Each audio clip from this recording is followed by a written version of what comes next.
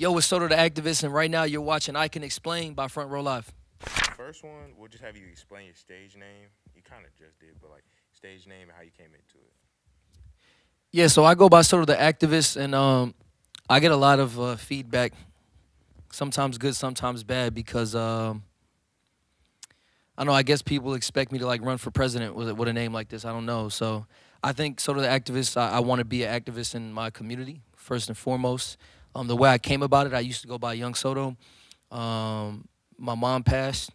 Did some reflection. I was no longer Young Soto no more. I got my degrees in sociology. I was doing a lot of social work related stuff. So for me, Soto the Activist is bigger than just rap. Like my goal is like when I blow up, drop an album one quarter, next quarter we in Chicago doing some sort of community service project. And so it's just more than music. It's a even though it's gonna be my artist name, it's really gonna be like a title for me as a human in general.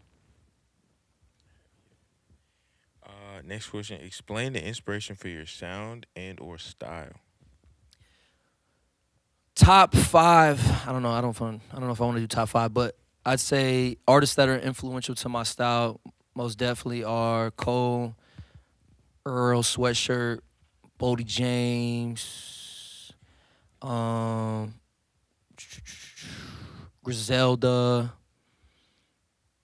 and just about any other boom bap you can you know listen to. Mob Deep, all of them. Anyways, those are the artists that are most influential to my sound. I try to go for like a boom bap northeastern like esque. The problem is just staying in boom bap is such a small market now. Like rap used to be like boom bap, and now rap is like all types of stuff. Like unfortunately, well, I shouldn't say unfortunately, but it's just the fact that Yeet and Don Tolliver and Ian and all these other like I don't even know how you describe the genres are the ones that are kind of their subgenres are taking over rap. So um, on top of boom bap, I do a little bit of alternative rap as well, alternative boom bap, if you will, just to kind of expand my niche target market. And that's all it is to it. That simple. Hell yeah. All right. Just heat it up a little bit. Explain this. What's wrong with the industry right now, or what's right, and what would you change? Mm. Mm. You gotta be careful when you say shit, cause then like if you actually make it, then somebody at the top be like, nah, remember when you said that shit? Yeah. Nah, but I think my biggest qualm with the industry right now is there's no more talent development.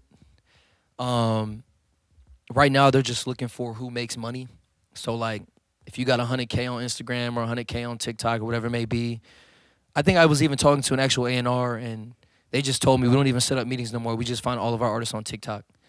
And I was like, oh, okay, that's bullshit. But I think that's the problem. We don't do talent development anymore. We just want somebody that we can monetize and make money off of quick. And then we're not. I don't know why we're surprised. Some people act surprised, but I'm not surprised when we're still talking about Cole, Kendrick, Drake, all these other big house names.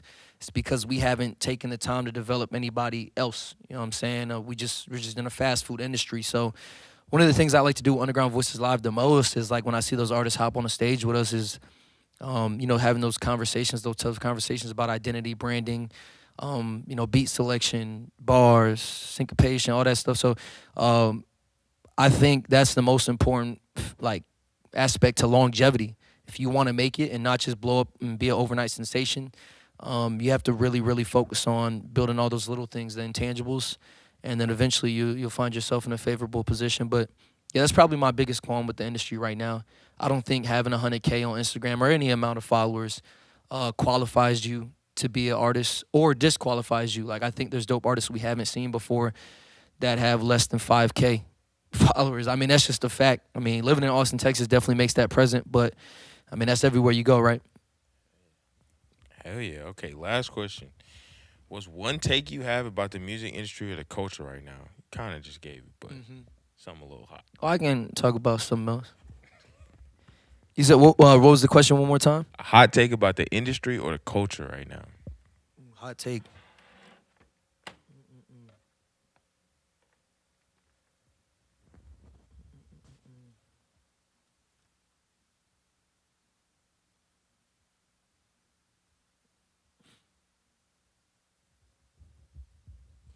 Um,